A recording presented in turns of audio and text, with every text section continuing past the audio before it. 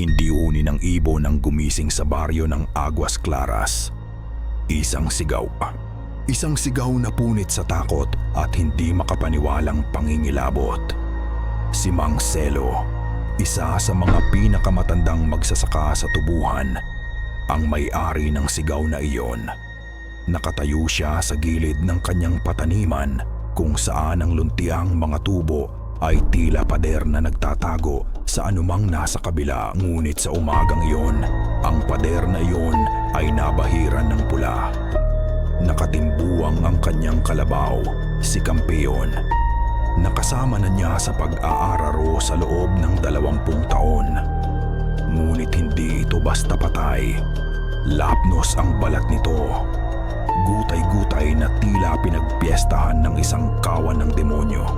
Nakabuyang-yang ang loob at wala na ang mga lamang loob.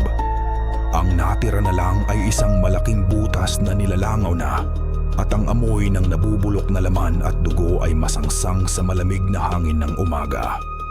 Kumalat ang balita na parang apoy sa tuyong dayami. Aswang, bulong ng isang matandang babae habang nagkukumpulan sila sa di kalayuan. Bumalik na sila, sabi naman ng isang lalaki. Hawak ng mahigpit ang kanyang itak. Dahil sa lawa, may nagambala sa lawa ng gintong buya. Mula sa bintana ng kanilang maliit na bahay na yari sa kawayan at tabla, pinapanood ni Kael ang pagkakagulo. Napabuntong hininga siya, isang tunog ng pagkayamot at pag-aalala. Sa tabi niya, nakakapit ng mahigpit sa laylayan ng kanyang damit si Lito, ang 10 taong gulang niyang kapatid. Nanginginig ito. Kuya, nanginginig ang boses ng bata. Totoo ba? Yung aswang daw. Yumuko si Kael at hinawakan ng balikat ng kapatid. Pilit siyang ngumiti. Isang ngiting hindi umabot sa kanyang mga mata. Hindi totoo yun, Lito. Baka mga asong gubat lang. O baka buhaya na naligaw mula sa ilog. Huwag kang maniwala sa mga kwento-kwento lang. Pero alam ni Kael na nagsisinungaling siya. Hindi gawa ng asong gubat ang pinsalang iyon. At ang ilog ay 10 kilometro ang layo mula sa kanilang baryo. Isang buwan pa lang siyang bumabalik sa Aguas Claras mula Maynila. Umuwi siya para alagaan si Lito matapos pumanaw ang kanilang mga kinagis ng magulang dahil sa isang aksidente. Dala niya ang paniniwala ng syudad, ang lohika, ang agham, ang pagdududa sa lahat ng bagay na hindi kayang ipaliwanag. Para sa kanya, ang mga kwento tungkol sa aswang, sa gintong buhaya, sa mga engkanto, ay sintomas ng kamangmangan na gusto niyang takasan ni Lito. Pero sabi nila, galit daw ang bantay ng lawa. Giit ni Lito, at sa kanyang mga mata ay may kislap ng takot na pamilyar na kay Kael. Walang bantay, Lito. Isang malaking buwaya lang yon, kung totoo man. At alamat lang ang pagiging ginto nun, maring sabi ni Kael. Kumain ka na, may gagawin pa tayo. Ngunit sa buong araw na iyon, hindi nawala ang tensyon sa baryo. Ang mga pinto ay mas maagang isinara. Ang mga bintana ay tinakpan ng dahon ng saging na may krus na uling. May mga nagkalat ng asin sa kanilang bakuran. Naging isang malaking kulungan ng takot ang buong Aguas Claras. At nararamdaman ni Kael na unti-unti silang sinasakal nito. Gabi. Ang tanging maririnig ay ang huni ng mga kuliglig at ang kaluskos ng mga dahon ng tubo sa tuwing umiihip ang hangin. Sinubukan ni Kael na huwag pansinin ang kakaibang katahimikan. Ang pakiramdam na may mga matang nakamasid mula sa kadiliman ng tubuhan. Nakatulog si Lito sa banig sa sahig, yakap-yakap ang isang lumang laruang kalabaw. Pinagmasdan siya ni Kael at naramdaman niya ang paghigpit ng kanyang dibdib. Kailangan niyang ilayo si Lito sa lugar na ito. Kailangan nilang makaalis bago malunod ang isipan ng bata sa lason ng pamahiin. Nagpasya siyang magkape sa labas, sa maliit nilang balkonahe. Habang nagtitimpla, napansin niya ang isang bagay na mali. Tahimik. Masyadong tahimik. Nawala ang huni ng mga kuliglig. Isang bigla ang pagtigil na para bang may isang presensyang malaki at nakakatakot ang dumaan at nagpatahimik sa lahat. Kinilabutan si Kyle. Binaliwala niya ito. Guni-guni lang. Ngunit nang bumalik siya para silipin si Lito, wala na ito sa higaan. Napatayo si Kyle at biglang nanlamig ang kanyang pawis. Lito? Tawag niya, halos pabulong. Walang sumasagot. Mabilis niyang sinuyot ng tingin ang maliit nilang bahay. Walang Lito. Napansin niyang bahagyang nakaawang ang pinto sa likod, ang pintong nakaharap sa direksyon ng tubuhan at ng lawa. Isang malamig na takot ang gumapang sa kanyang likod. Hindi takot sa aswang, kundi takot na baka kung ano na ang nangyari sa kapatid niya. Kumaripas siya ng takbo palabas. Dala-dala ang isang flashlight na nanginginig sa kanyang kamay. Lito, sigaw niya. Ang boses niya ay nilalamon ng kadiliman. Ang sinag ng flashlight ay naglakbay sa mga puno ng saging, sa mga nagtataasang damo, hanggang sa tumama ito sa isang figura sa di kalayuan. Nakatayo ito sa bungad ng daan papunta sa lawa. Si Lito, nakatayo lang ito doon, nakatalikod sa kanya, nakatingin sa direksyon ng lawa na hindi man lang makita dahil sa kapal ng tubuhan. Lito, anong ginagawa mo dyan? Bumalik ka rito. Sigaw ni Kyle.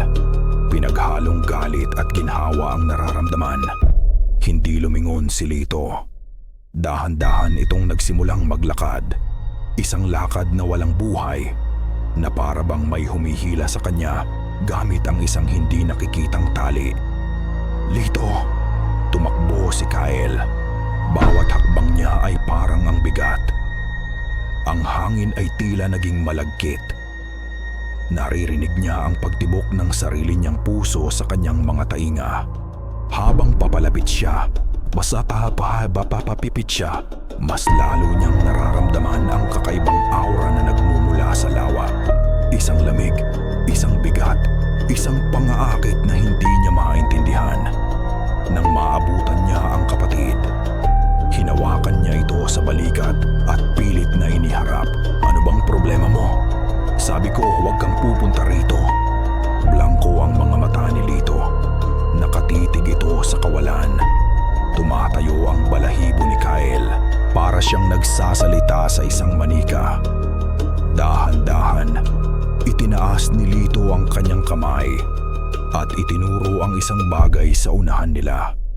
Malapit sa pampang ng lawa. Narinig ko siya. Bulong ni Lito. Ang boses ay basag. Umiiyak. Kailangan niya ng tulong. Sinundan ni Kyle ng tingin ang itinuturo ng bata. Sa una, akala niya ay isa lang itong malaking bato na inanod sa pampang. Ngunit nang itutok niya ang flashlight, naging malinaw ang hugis. Isang tao, nakahandusay. Nakasubsob ang mukha sa putikan. Isang babae. Ang pinakakakaiba sa lahat ay ang buhok nito. Kahit sa dilim, kumikinang ito sa sinag ng flashlight. Mahaba at kulay abo na may halong ginto. Isang kulay na hindi niya pa nakikita sa buong buhay niya. Diyos ko, bulong ni Kyle. Nakalimutan niya ang galit. Ang tanging nasa isip niya ay ang pagtulong. Dahan-dahan siyang lumapit. Bawat yabag ay maingat.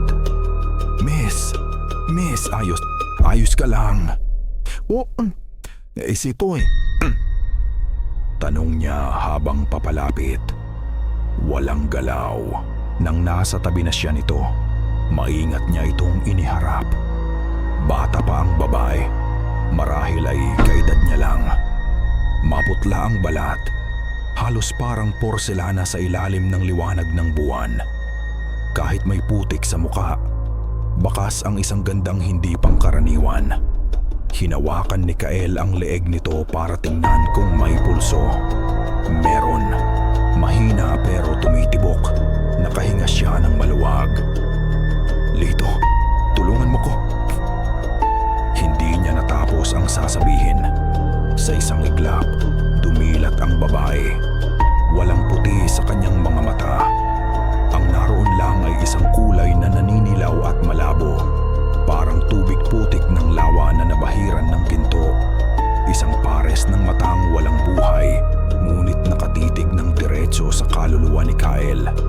Isang malamig na hangin ang humampas sa kanyang batok, mas malamig pa kaysa sa simoy ng gabi. Naramdaman niya ang pagtindig ng lahat ng balahibo sa kanyang katawan. Hindi siya makagalaw, hindi siya makahinga. Tila isang bakal na kamay ang humigpit sa kanyang lalamunan. Ang bibig ng babae ay bahagyang bumuka, at mula rito ay lumabas ang isang salitang halos hangin lang. Isang bulong na narinig ni Kael hindi sa kanyang tainga, kundi sa loob mismo ng kanyang bungo. Tumakbo. Ang bulong na imuwi yun ay parang malakas na sampal na gumising kay Kael mula sa kanyang pagkatulala. Sa isang kisap mata, ang dilaw na kulay sa mga mata ng babae ay naglaho at napalitan ng puti at itim ng isang normal na tao. Kumurap ito, at sa mga mata nito ngayon ay bakas ang dalisay na pagkalito at takot. "Sino kayo?" tanong ng babae. Ang boses ay nanginginig at mahina. Nasaan ako?" Bago pa man makasagot si Kael, nawalan ulit ito ng malay. Hindi na nag-isip si Kael. Binuhat niya ang babae. Magaan ito, nakakagulat na gaan, at nagmamadaling naglakad pabalik sa bahay. Hila-hila si Lito na hindi pa rin nagsasalita at parang nasa ibang mundo.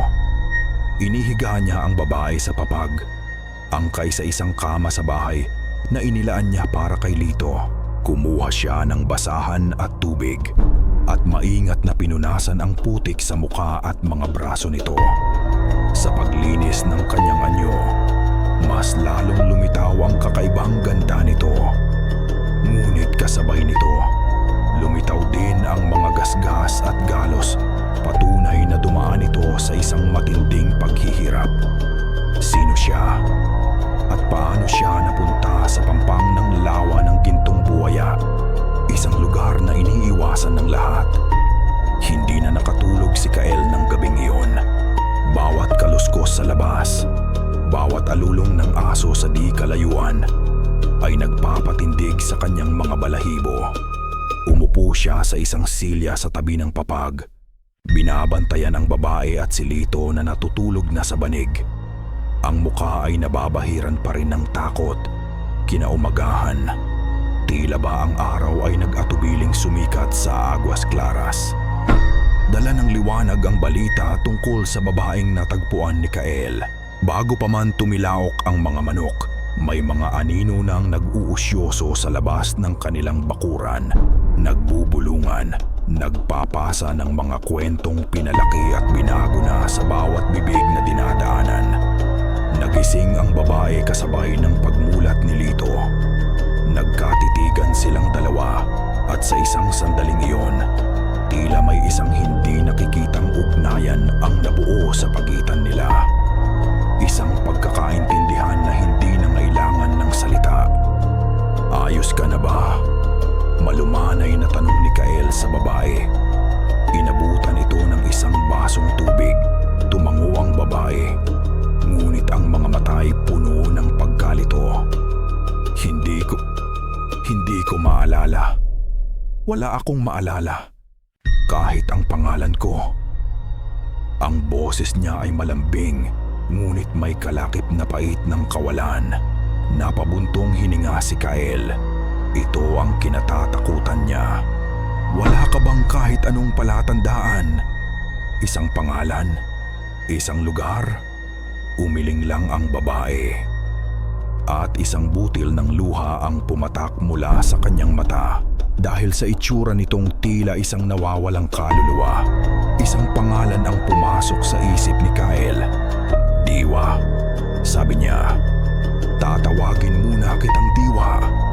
Isang tipid na ngiti ang sumilay sa labi ng babae. Diwa, inulit niya na para bang sinusubukan ang lasa ng salita. Hindi pa natatagalan ang kanilang pag-uusap nang may kumatok sa kanilang pinto.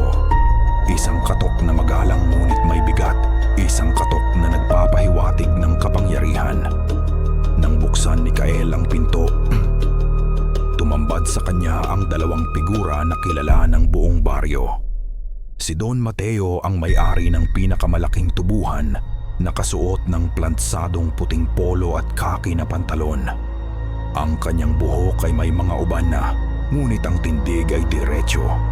At ang nanggiti sa kanyang labi ay tila laging naroon. Ngunit ang kanyang mga mata ay matalas, tila kayang basahin ang pinakatatagong lihim ng isang tao. Sa likod niya at papasok tamahan hauditi na parang isang anino ay si Alida, ang kanyang katiwala. Isang babaeng nasa katanghalian na ang edad. Laging nakapusod ang buhok at may mukhang hindi marunong ngumiti. Ang kanyang mga mata ay malamig at walang emosyon. Magandang umaga, Kael, iho, bati ni Don Mateo. Ang boses ay malumanay at nag-aalala. Nakarating sa akin ang balita. Totoo bang may natagpuan kang babae malapit sa lawa? Walang nagawa si Kael kundi ang papasukin sila. Ang tanggihan si Don Mateo sa baryo Aguas Claras ay parang pagtanggi sa hari sa kanyang sariling kaharian.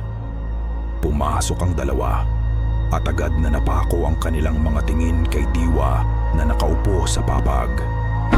Naglakad si Don Mateo palapit, ang ngiti ay hindi nawawala. Ipagpaumanhin mo, Hija. Ako si Don Mateo.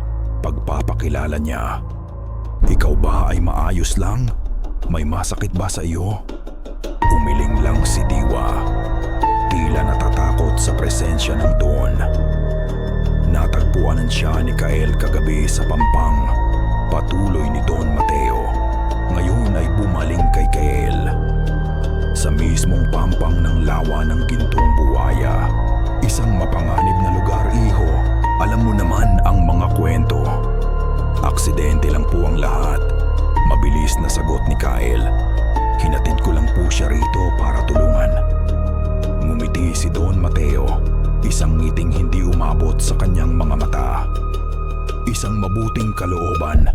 Ngunit ang pagdating ng isang dayuhan, lalo na mula sa lugar na iyon, maaari itong mga hulugan ng maraming bagay. Baka nagambala ninyo ang natutulog na higante. Habang nagsasalita si Don Mateo, napansin ni Kael na si Alida ay hindi kay Diwa nakatingin. Ang malamig niyang mga mata ay nakapako kay Lito, na tahimik na nakatayo sa isang sulok, isang tingin na tila sinusuri, tila naghahanap ng isang bagay sa ilalim ng balat ng bata. Naramdaman ni Kael ang pagtaas ng kanyang balahibo. May mali. Mayroong napakaling mali. Huwag kayong mag-alala, sabi ni Don Mateo. Tinapik ang balikat ni Kael. Nandito lang kami para tumulong. Kung may kailangan kayo, ipasabi mo lang. Ngunit mag-iingat kayo. Ang mga gabi sa Aguas Claras ay hindi na payapa tulad ng dati. Umalis ang dalawa na nag-iwan ng isang pakiramdam ng pagbabanta sa hangin. Naramdaman ni Kael na hindi iyon isang pagbisita ng pag-aalala, kundi isang pagbisita ng pagbabala.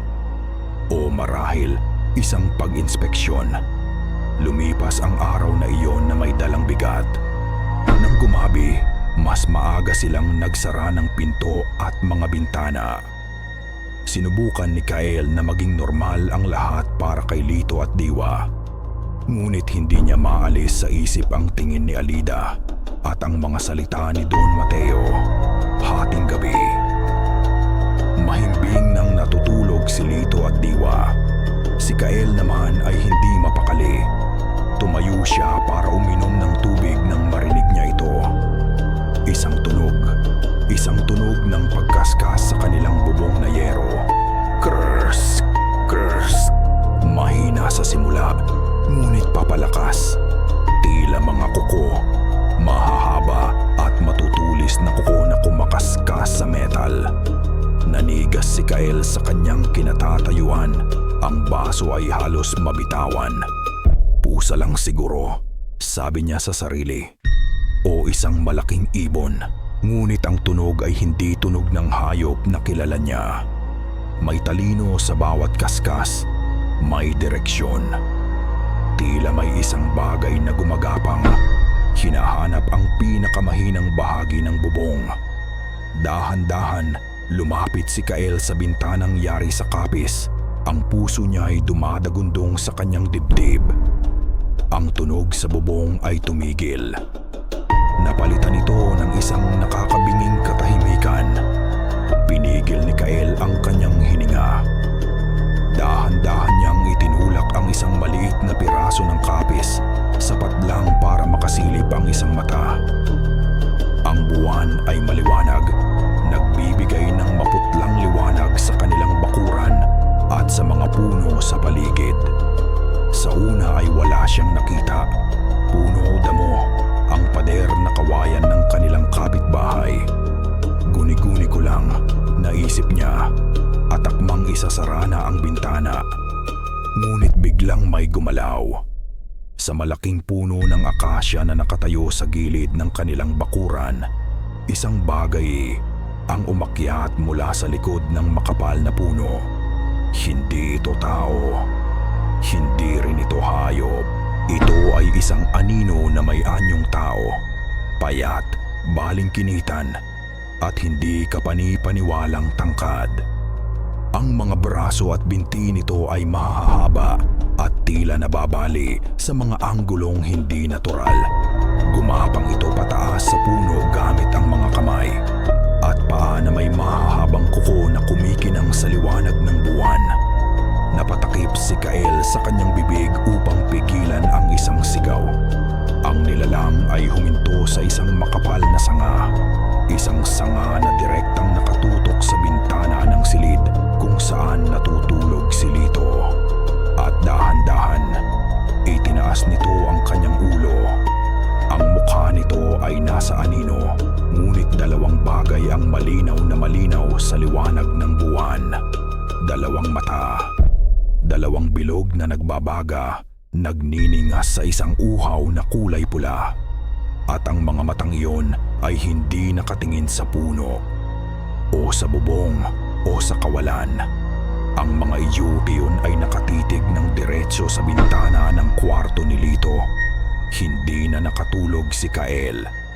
Bawat anino sa labas ng bintana ay tila nag-aanyong halimaw sa kanyang isipan. Ang imahe ng mga nagbabagang pulang mata ay nakatatak sa kanyang utak. Pinilit niyang kumbinsihin ang sarili na panaginip lang iyon. Isang masamang bangungot na bunga ng pagod at takot. Ngunit ang kasinungalingan ay pinunit ng isa na namang sigaw pagsapit ng umaga. Hindi ito sigaw ng gulat tulad ng kay Mang Selo. Ito ay isang sigaw ng pagtangis. Isang halinghing ng isang pusong nawasak. Galing ito sa bahay ni Tio Andoy. Isang mangingisda na nakatira malapit sa daan papuntang lawa. Kumaripas ng takbo si Kael. Iniwan sandali sina Lito at Diwa na may mahigpit na bilin na isara ang pinto. Pagdating niya roon, ang mga tao ay nagkukumpulan na. Ngunit walang nangangahas pumasok sa loob. Nakadungaw sila mula sa pinto. Ang mga mukha ay namumutla sa takot. Sa sahig, sa gitna ng maliit na sala, nakahandusay ang katawan ni Tio Andoy. O kung anuman ang natira rito. Ang katawan ay tuyot. Naninilaw ang balat at tila papel na nakadikit sa mga buto. Ang kanyang mga mata ay lubog sa bungo at ang kanyang bibig ay nakabuka sa isang walang tunog na sigaw ng huling hininga. Walang dugo, walang sugat. Tila isang prutas na piniga hanggang sa mawalan ng lahat ng katas. Sa sahig sa tabi niya, may mga bakas ng paa, mahahaba, payat, at may 3 daliri lang. Hinigop siya ng aswang, bulong ng isang matanda, nanginginig habang yakap ang sarili. Naramdaman ni Kyle ang panlalamig ng kanyang tiyan. Ang imahe ng nilalang sa puno ay bumalik sa kanyang isipan. Hindi iyon panaginip. Sa gitna ng takot at pagkalito, isang boses ang pumailan lang, malamig at matalas. Ang babaeng dayo, sabi ni Alida, na hindi na malayan ni Kael na nakatayo na pala sa gilid ng mga tao. Ang kanyang mga mata ay tila mga patalim na tumutusok sa bawat isa. Nagsimula ang lahat ng ito nang dumating siya. Para iyong isang spark na nagliyab sa isang silid na puno ng gas. Ang bulungan ay naging sigawan. Ang takot ay naging galit. Tama siya. Sigaw ng isang lalaki. Dinala niya ang kamalasan. Palahayin ang mangkukulam. Sigaw ng isa pa.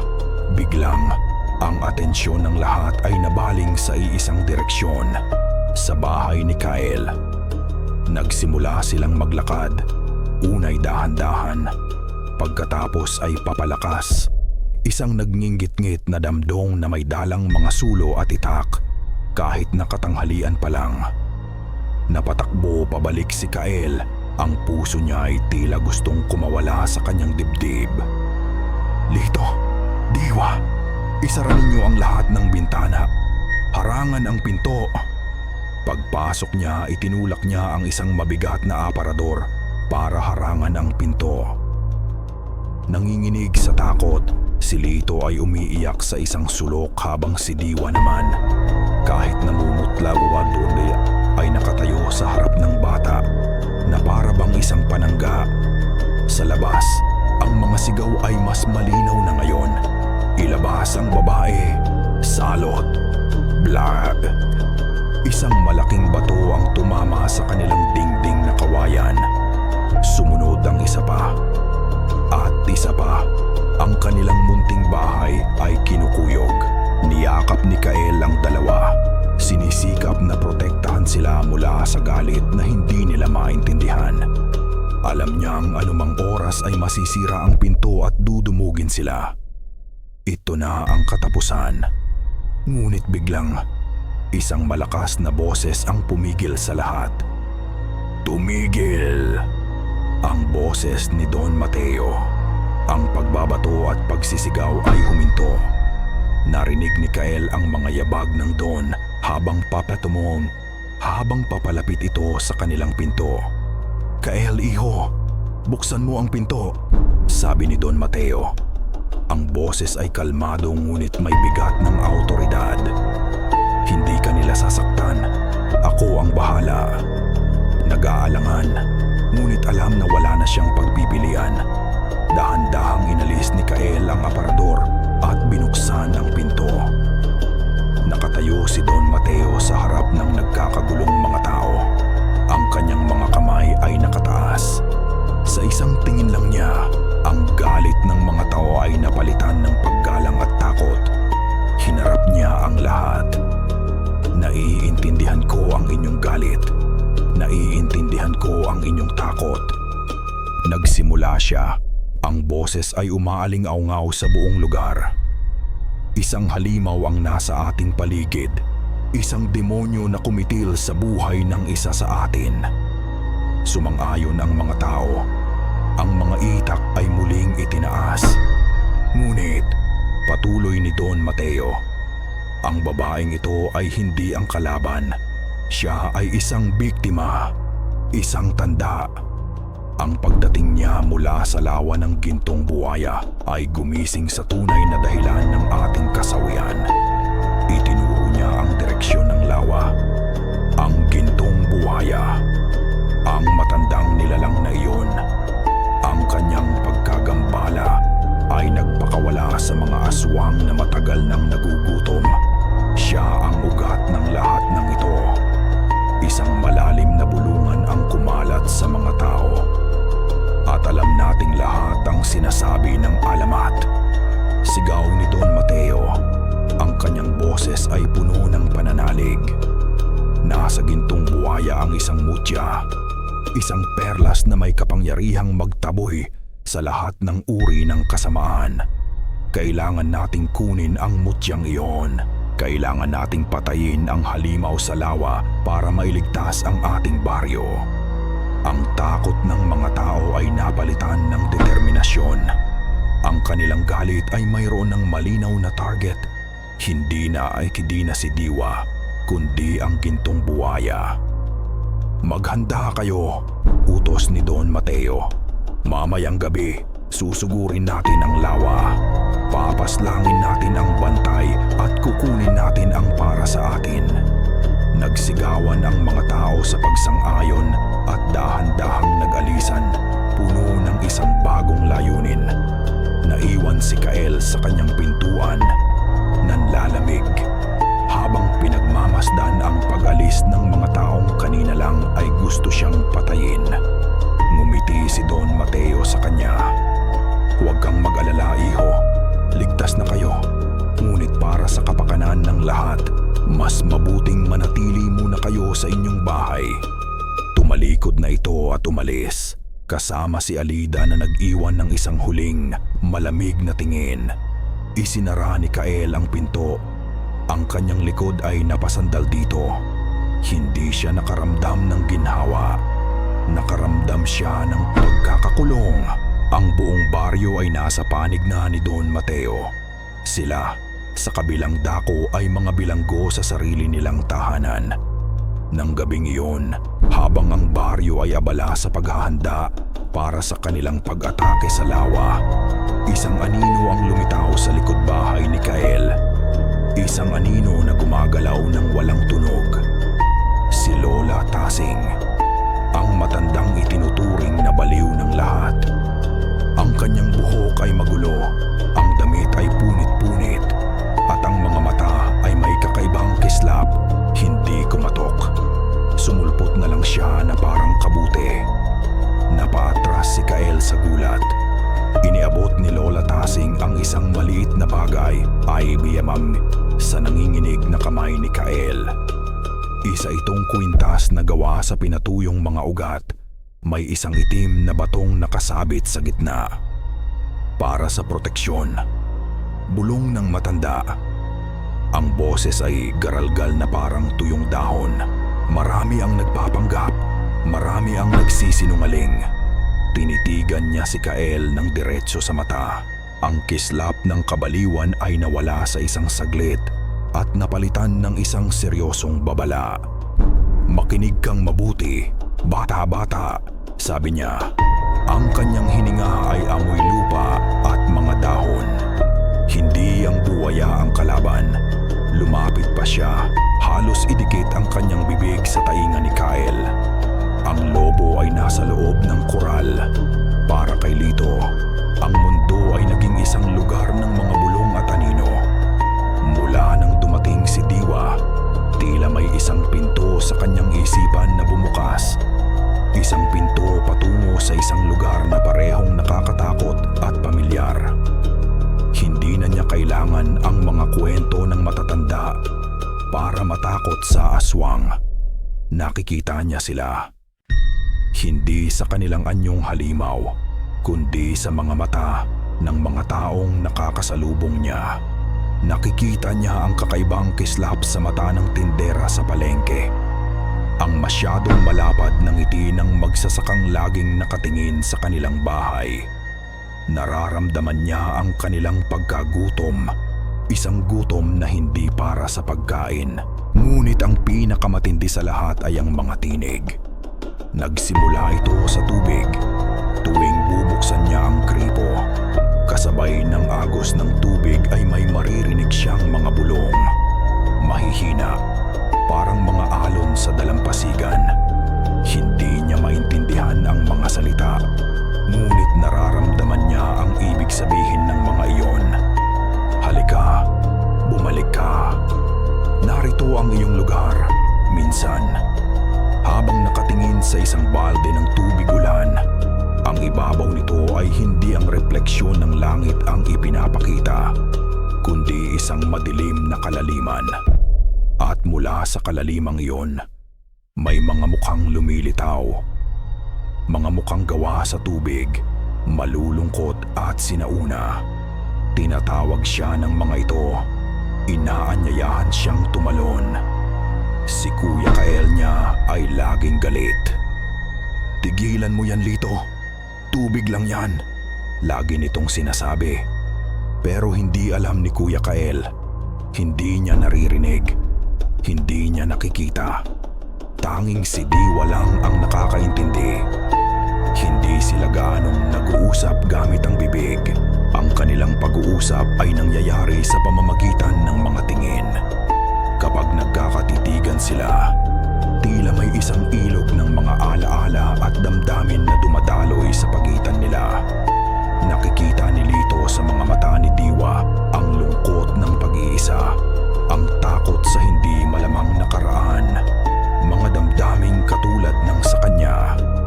Isang hapon, habang si Kuya Kael ay abala sa pag-aayos ng kanilang nabakbak na dingding, umupo si Lito sa sahig at nagsimulang gumuhit gamit ang isang piraso ng uling sa isang lumang papel. Hindi niya alam kung ano ang kanyang ginuguhit. Ang kanyang kamay ay tila may sariling isip, gumagalaw ng kusa. Una, gumawa siya ng isang malaking hugis itlog. Pagkatapos, nilagyan niya ito ng mga ngipin na matutulis, parang mga sibat. Gumuhit siya ng mga kaliskis na kumikinang at isang pares ng matang malaki at kulay ginto. Ang gintong buwaya. Sa ilalim ng buwaya, gumuhit siya ng dalawang bata, isang babae at isang lalaki, magkahawak kamay.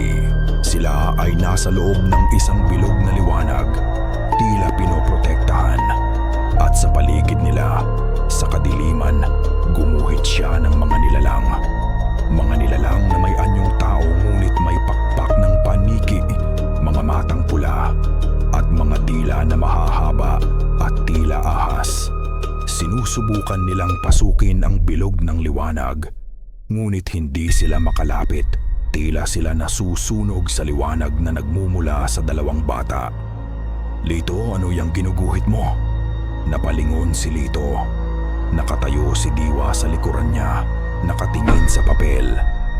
Walang takot sa mukha ni Diwa, tanging pagtataka at isang pamilyar na kalungkutan. Hindi ko po alam, sagot ni Lito. Ang boses ay halos pabulong, kusa lang pong gumalaw ang kamay ko. Umupo si Diwa sa tabi niya. Hinawakan nito ang papel. Ang kanyang mga daliri ay malamig. Sino sila? Tanong ni Diwa. Itinuturo ang dalawang bata sa larawan. Tumingin si Lito sa mga mata ni Diwa. Pagkatapos ay sa ginuhit niya. Isang sagot ang lumabas sa kanyang bibig. Isang sagot na hindi niya alam kung saan nanggaling, na parang ibinulong sa kanya ng hangin. Tayo po yan.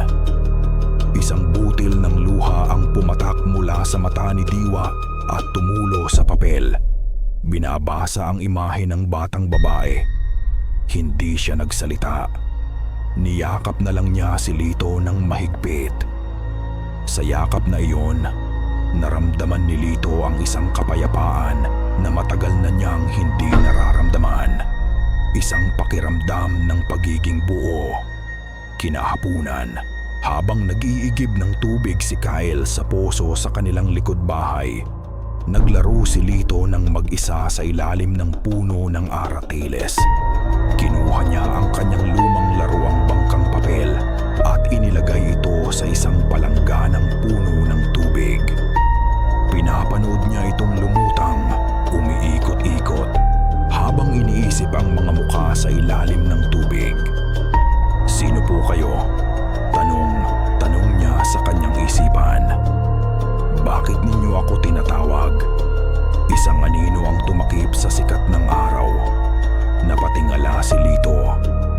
akala niya ay si Kuya Kael o si Diwa.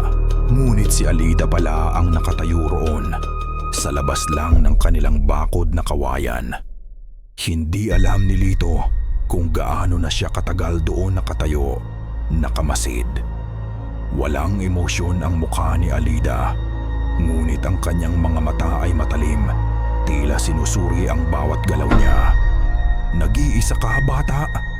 tanong ni Alida. Ang boses ay kasing lamig ng kanyang mga mata. Tumango lang si Lito, biglang kinabahan. Ngumiti si Alida, ngunit ang ngiti ay hindi umabot sa kanyang mga mata. Isang ngiting gumuhit lang sa kanyang mga labi. "Mag-ingat ka sa paglalaro sa tubig," sabi niya. Maraming nalulunod sa akala nila'y mababaw lang. Tumalikod na si Alida at nagsimulang maglakad palayo. Nakahinga ng maluwag si Lito, ngunit bago ito tuluyang lumiko sa kanto, muli itong lumingon. Tila may nakalimutan. Sa sandaling iyon, yumuko si Lito para kunin ang isang nahulog na bunga ng aratiles. Ang kanyang mga mata ay napatingin sa palanggana ng tubig. Ang refleksyon ni Alida ay naroon, ngunit sa refleksyon, hindi ito mukhang tao. Ang ulo niya ay ulo ng isang dambuhalang paniki. Ang kanyang mga tainga ay matutulis. Ang kanyang bibig ay nakabuka at mula rito ay lumabas ang isang dila. Isang dilang itim, makintab at napakahaba na gumagalaw-galaw na parang isang gutom na ahas. Napasinghap si Lito at napaatras.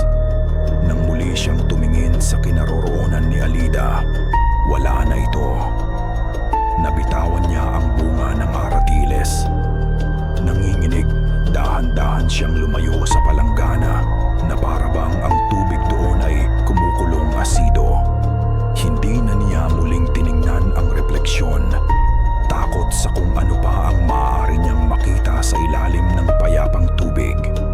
Ang imahe sa refleksyon ng tubig. Ang babala ng matanda. 2 piraso ng isang palaisipan na hindi gustong buuin ni Kael. Ang lobo ay nasa loob ng koral. Ang mga salitang iyon ni Lola Tasing ay umuulit-ulit sa kanyang isipan na parang sirang plaka. Sinubukan niyang balewalain ito bilang salita ng isang tong wala sa katinuan. Ngunit ang kwento ni Lito tungkol sa refleksyon ni Alida, isang dilang itim at pakpak ng paniki, ay hindi niya kayang isantabi.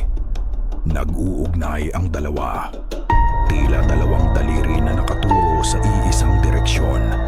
Sa mansyon ni Don Mateo, kailangan niya ng mga sagot. At sa buong baryo ng Aguas Claras, alam niyang iisang tao lang ang posibleng may hawak ng mga sagot na hindi niya gustong marinig. Hapon na nang magpasya siya. Ang araw ay nagsisimula ng bumaba, nagpipinta ng kulay kahel at pula sa kalangitan.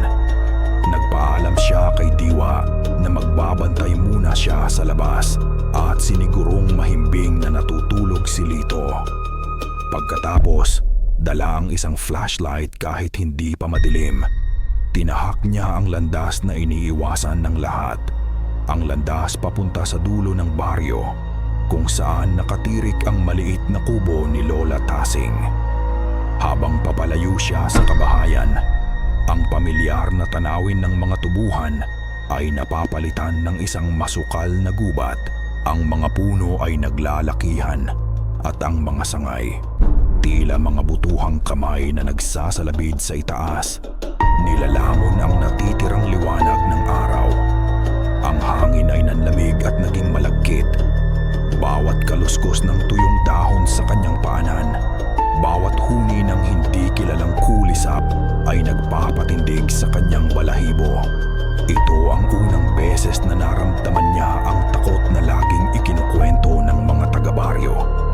Ang pakiramdam na may daan-daang matang nakamasid sa iyo mula sa kadiliman.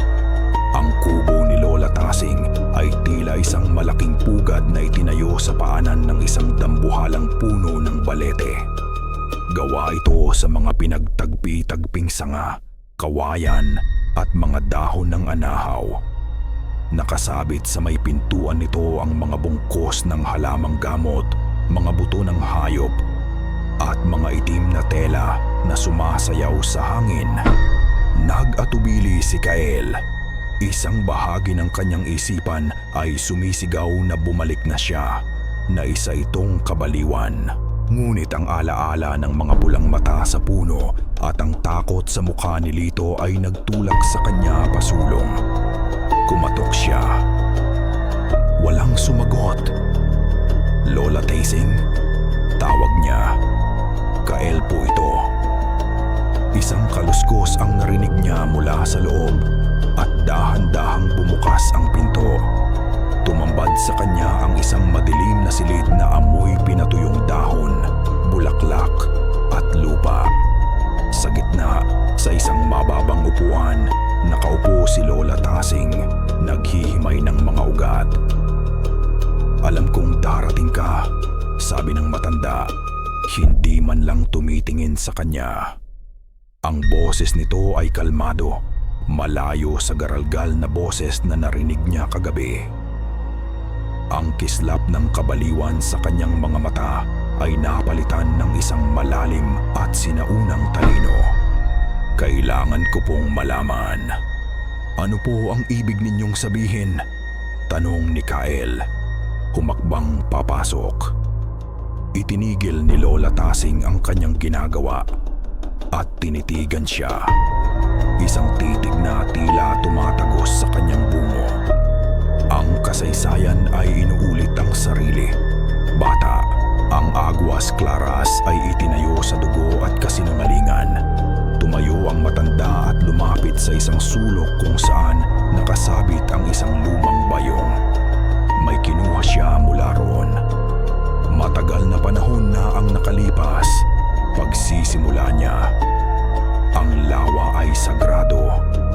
Ang bantay, ang gintong buwaya, ay hindi isang halimaw, kundi isang tagapangalaga. Ngunit dumating ang mga dayo, isang pamilya na may uhaw sa kapangyarihan, uhaw sa dugo. Hinaplos ni Lola Tasing ang isang bungo ng usa na nakasabit sa dingding.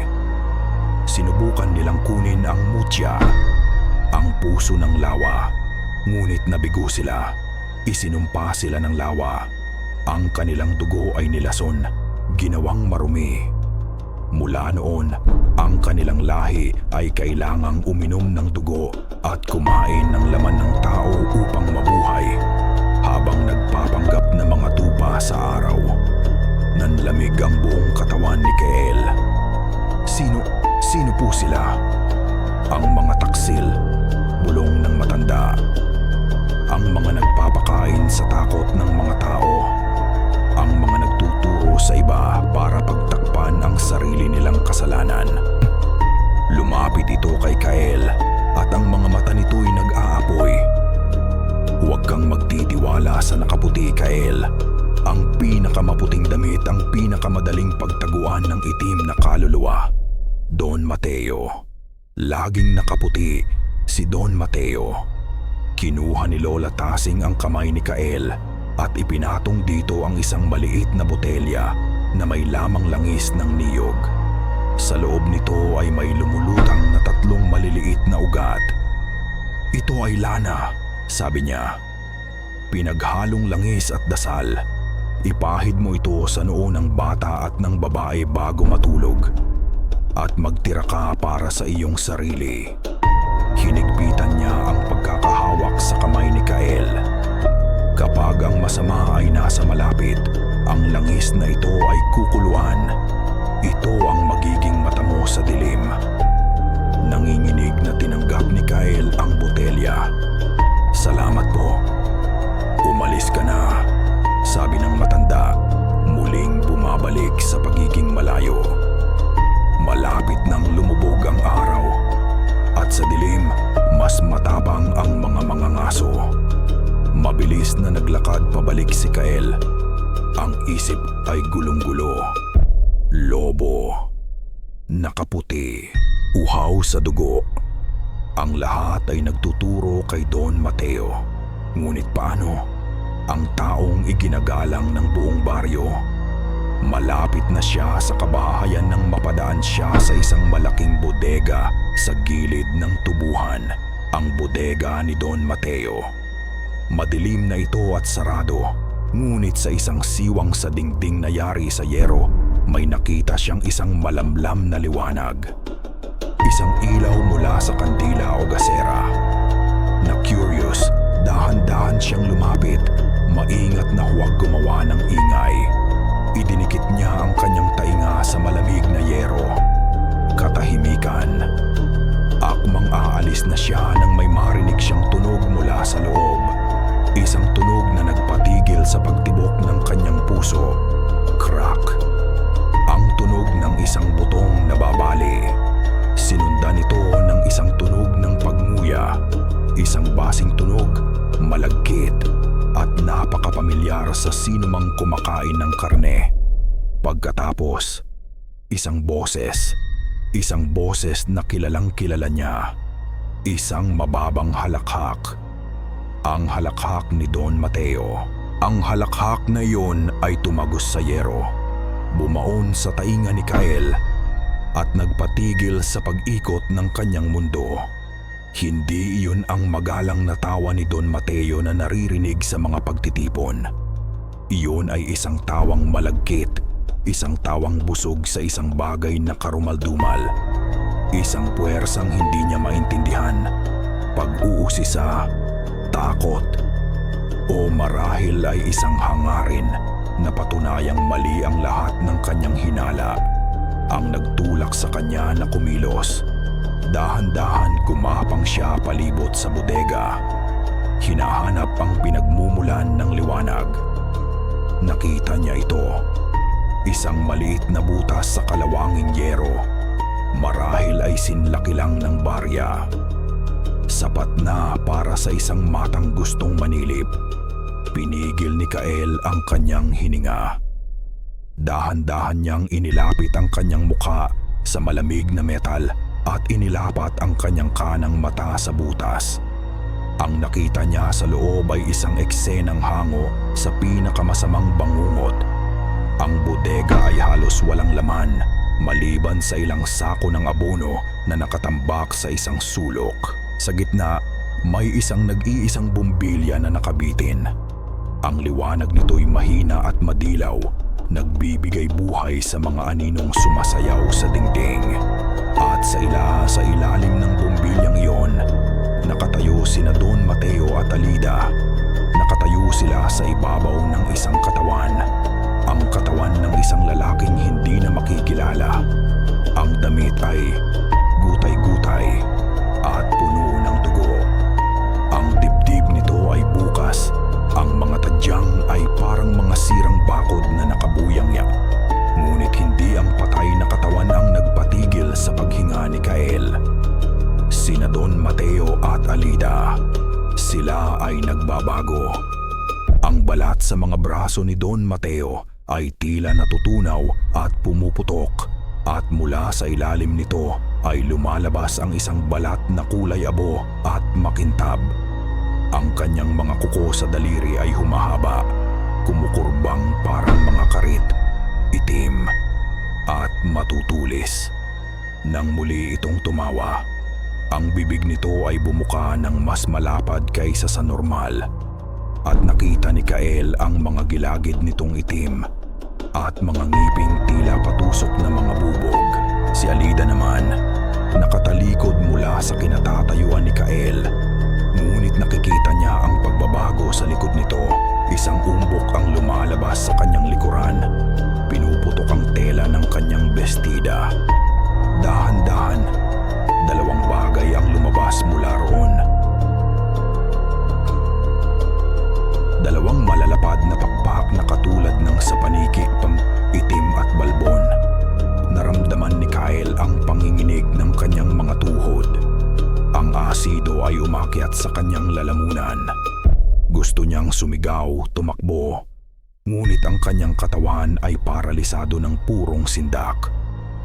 Hindi na ako makapaghintay, sabi ni Don Mateo.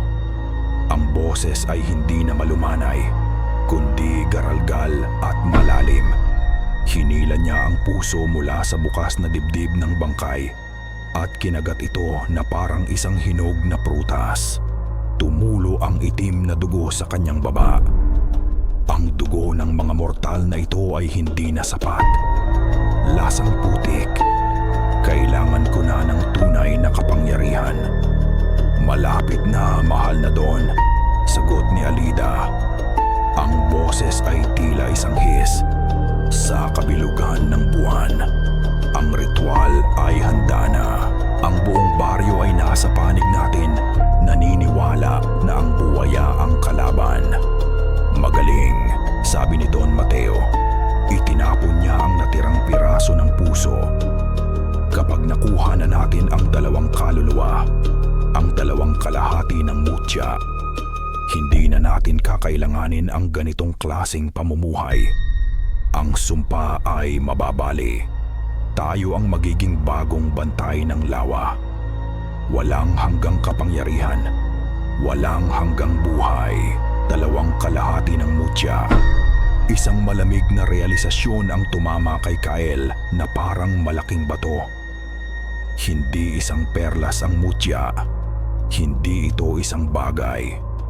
Sila, si Lito at si Diwa, sila ang mutya. Sa sobrang gulat, napaatras si Kael. Ang kanyang likod ay tumama sa isang nakatambak na lumang tabla sa labas ng bodega. Crack! Ang tunog ay maliit lang, ngunit sa nakakabinging katahimikan ng gabi, ito ay parang isang putok ng baril. Sa loob ng bodega, ang pagmuya ay tumigil. Narinig ni Kael ang dahan-dahang pag-ikot ng ulo ni Don Mateo. Ang mga mata nito, na ngayon ay ganap ng pula at nagbabaga, ay tumitig ng diretso sa direksyon ng butas kung saan siya nakasilip. Nanigas ang dugo sa mga ugat ni Kael. Nakita niya ako. Sa isang iglap, nawala ang paralysis. Tinalo ng adrenaline ng takot. Isang salita lang ang nasa isip niya. Takbo. Tumalikod siya at kumaripas ng takbo papasok sa madilim na tubuhan. Hindi. Alintana ang mga matutulis na dahon na humihiwa sa kanyang balat. Plug. Ang pinto ng bodega ay bumukas ng malakas. Tila sinipa ng isang puwersang hindi pang tao. Hindi lumingon si Kael. Hindi niya kailangang lumingon. Narinig niya ang boses ni Don Mateo sa likuran niya. Isang boses na hindi na nagpapanggap. Isang boses na dalisay na kasamaan, na may kasamang isang nakakakilabot na ngiti. Kael, iho, tamang-tama ang dating mo para sa hapunan. Walang mas nakakatakot pa kaysa sa pagtakbo para sa iyong buhay sa isang lugar na akala mo ay kabisado mo. Para kay Kael, ang tubuhan na dati simbolo lang ng kabuhayan ng baryo ay biglang naging isang berde at walang katapusang labirinto. Ang bawat hilera ng tubo ay magkakamuka. Smanamad ni Asok Kamumaka, isang pader ng mga dahong humahampas at humihiwa sa kanyang mukha at braso. Ang lupa ay malambot at maputik, nagpapabagal sa kanyang bawat hakbang. Hindi siya nangahas lumingon. Naririnig niya sila. Hindi mga yabag, kundi kaluskos. Mga kaluskos na mabilis at hindi pang tao na nagmumula sa lahat ng direksyon. Para siyang isang daga na tinutugis ng isang kawan ng ahas sa mataas na damuhan. Alam niyang hindi lang si Don Mateo ang humahabol sa kanya. Kasama nito ang mga alagad niya, ang mga aswang na nagkukubli bilang mga ordinaryong taga-baryo. Ang tindera, ang magsasaka, ang mga kapitbahay na bumabati sa kanya tuwing umaga. Lahat sila ay mga halimaw. Kailangan kong makabalik sa bahay, sabi niya sa sarili. Ang hiningay tila apoy sa kanyang lalamunan. Lito, Diwa, kailangan ko silang iligtas. Ang isipang yun ang nagbigay sa kanya ng lakas. Ipinikit niya ang mga mata sa isang saglit at sinubukang alalahanin ang daan. Kaliwa sa may malaking puno ng mangga, kanan sa may sirang traktora. Ginamit niya ang bawat pamilyar na palatandaan para gabayan ang sarili sa kadiliman. Isang anino ang biglang sumulpot mula sa kanyang kanan. Mabilis pa sa isang kisap mata, naramdaman ni Kael ang paghampas ng hangin bago pa man niya makita ang panganib. Agad siyang dumapa sa putikan. Isang bagay na may matutulis na kuko ang dumaan sa ibabaw ng kanyang ulo. Isang tunog na parang sumisipol na hangin. Gumulong siya patagilid at mabilis na tumayo. Sa harap niya, nakayuko na parang isang hayop na handang sumakmal, ay si Mang Berto, ang karpintero ng baryo. Ngunit ang kanyang mga braso ay mahaba na ngayon at ang mga kuko ay tila mga patalim. Ang kanyang mga mata ay ang parehong pulang nagbabaga. Sumugod si Mang Berto. Walang oras para mag-isip si Kael. Dinampot niya ang isang malaking bato mula sa lupa at ibinato ito ng buong lakas. Tumama ito sa ulo ng aswang. Isang tunog ng nababasag na bungo. Natumba si Mang Berto, ngunit mabilis na gumapang muli. Isang itim na likido ang dumadaloy mula sa kanyang noo. Hindi na ito pinansin ni Kael. Tumakbo siya ulit. Bawat segundo ay mahalaga. Sa di kalayuan, natanaw na niya ang mga ilaw mula sa kabahayan. Malapit na siya. Isang huling pagtakbo na lang.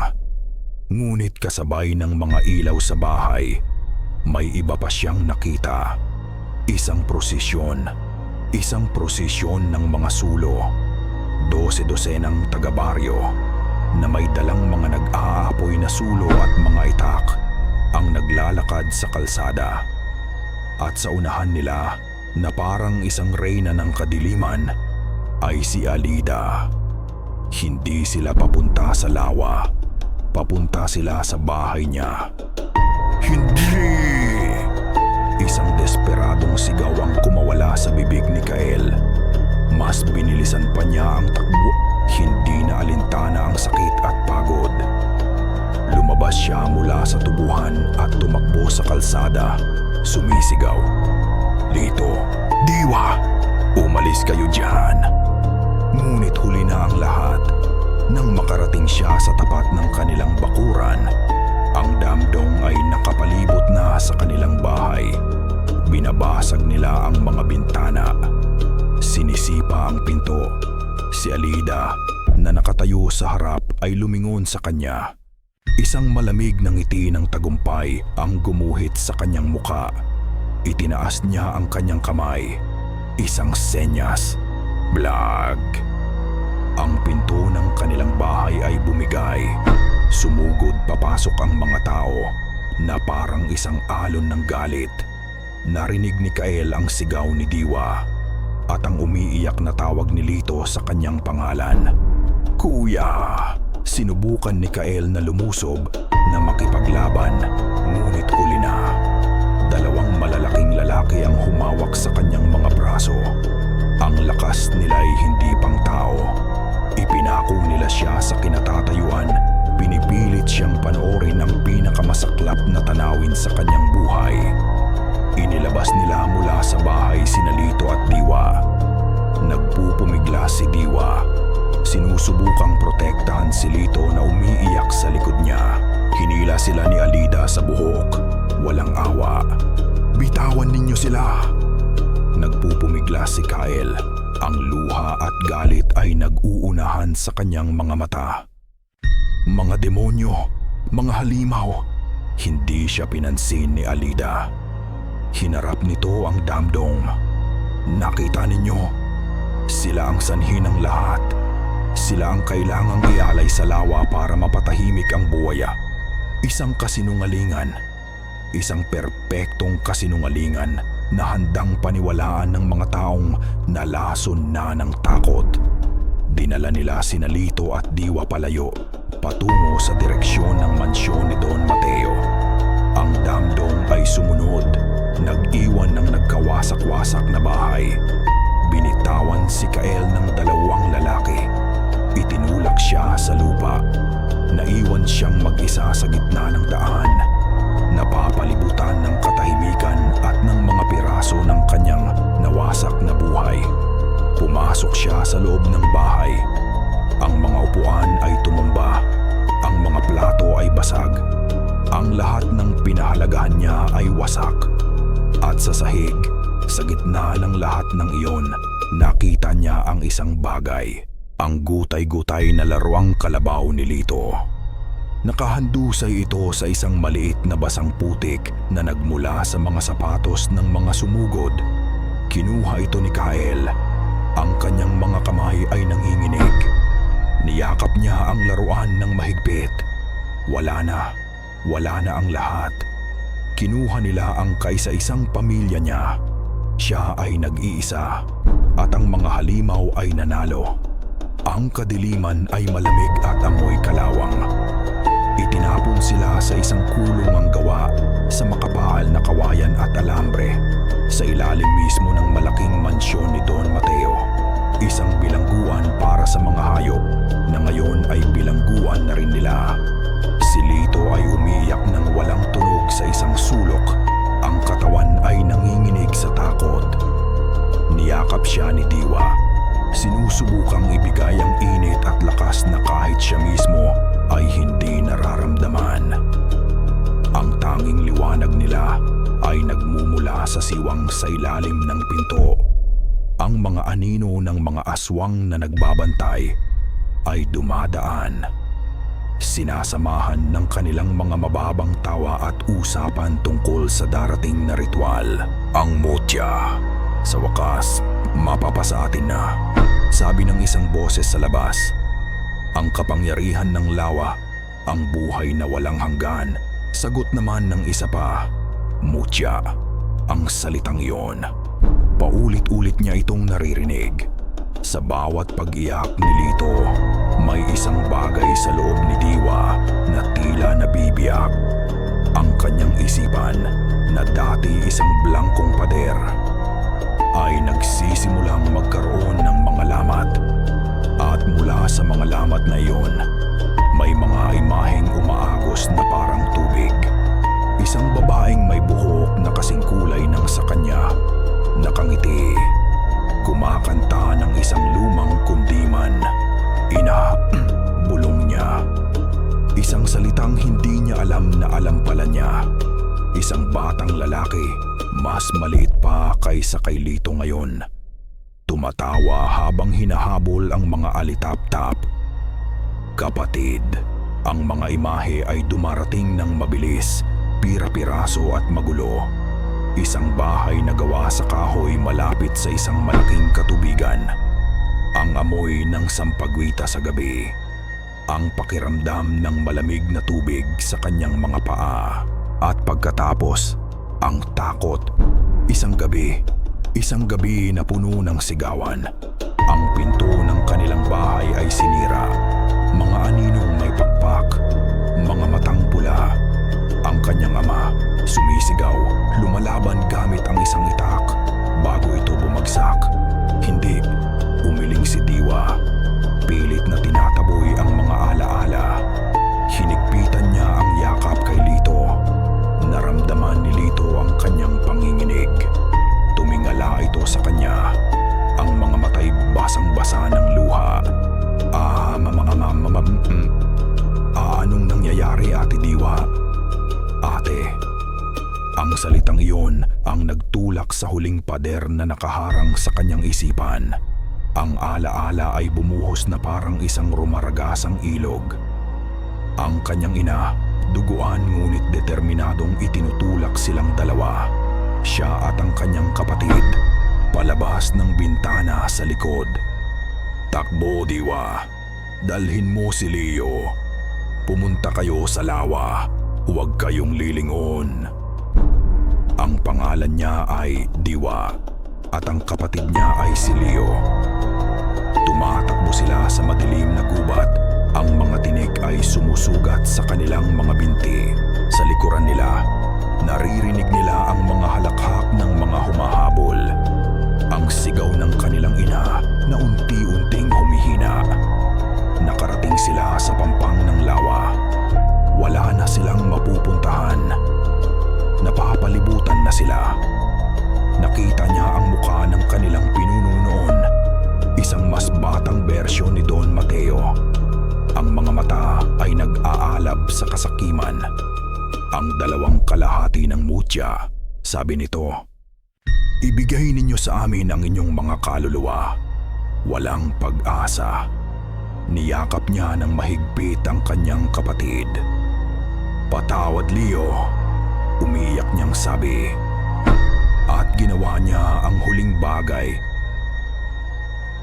na iniutos ng kanilang ina. Itinulak niya ang sarili at ang kanyang kapatid sa nagyeyelong tubig ng lawa.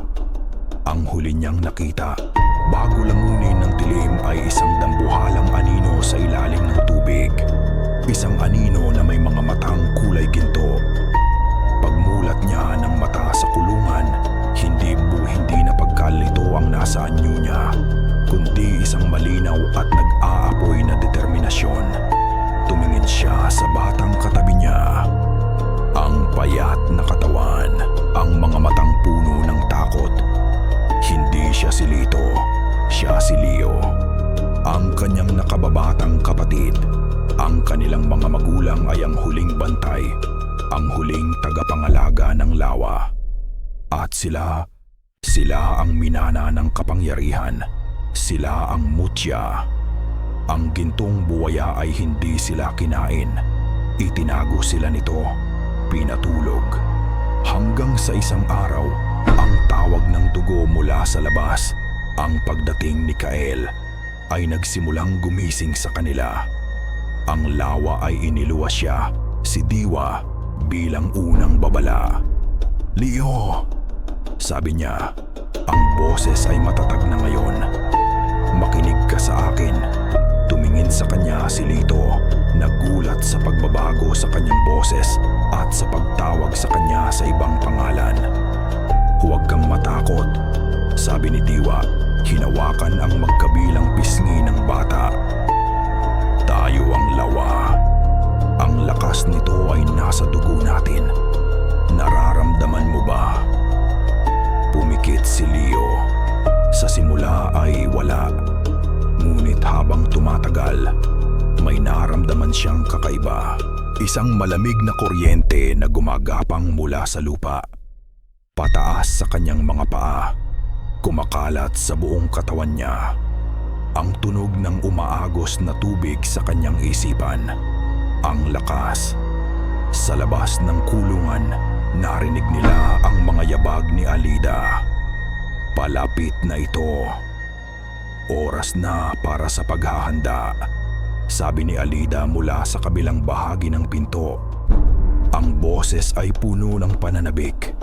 Dahan-dahan nitong binuksan ang trangka. "Huwag kayong mag-alala. Hindi ito magtatagal." Nakangisi itong pumasok. May dalang isang mangkok ng tubig para painumin sila. Isang huling pagpapakita ng awa bago ang katayan.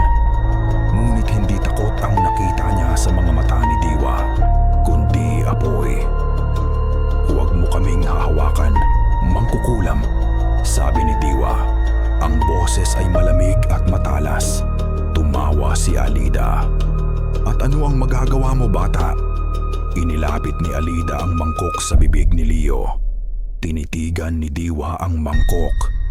Ginamit niya ang lahat ng galit, lahat ng sakit, lahat ng alaala ng kanyang mga magulang.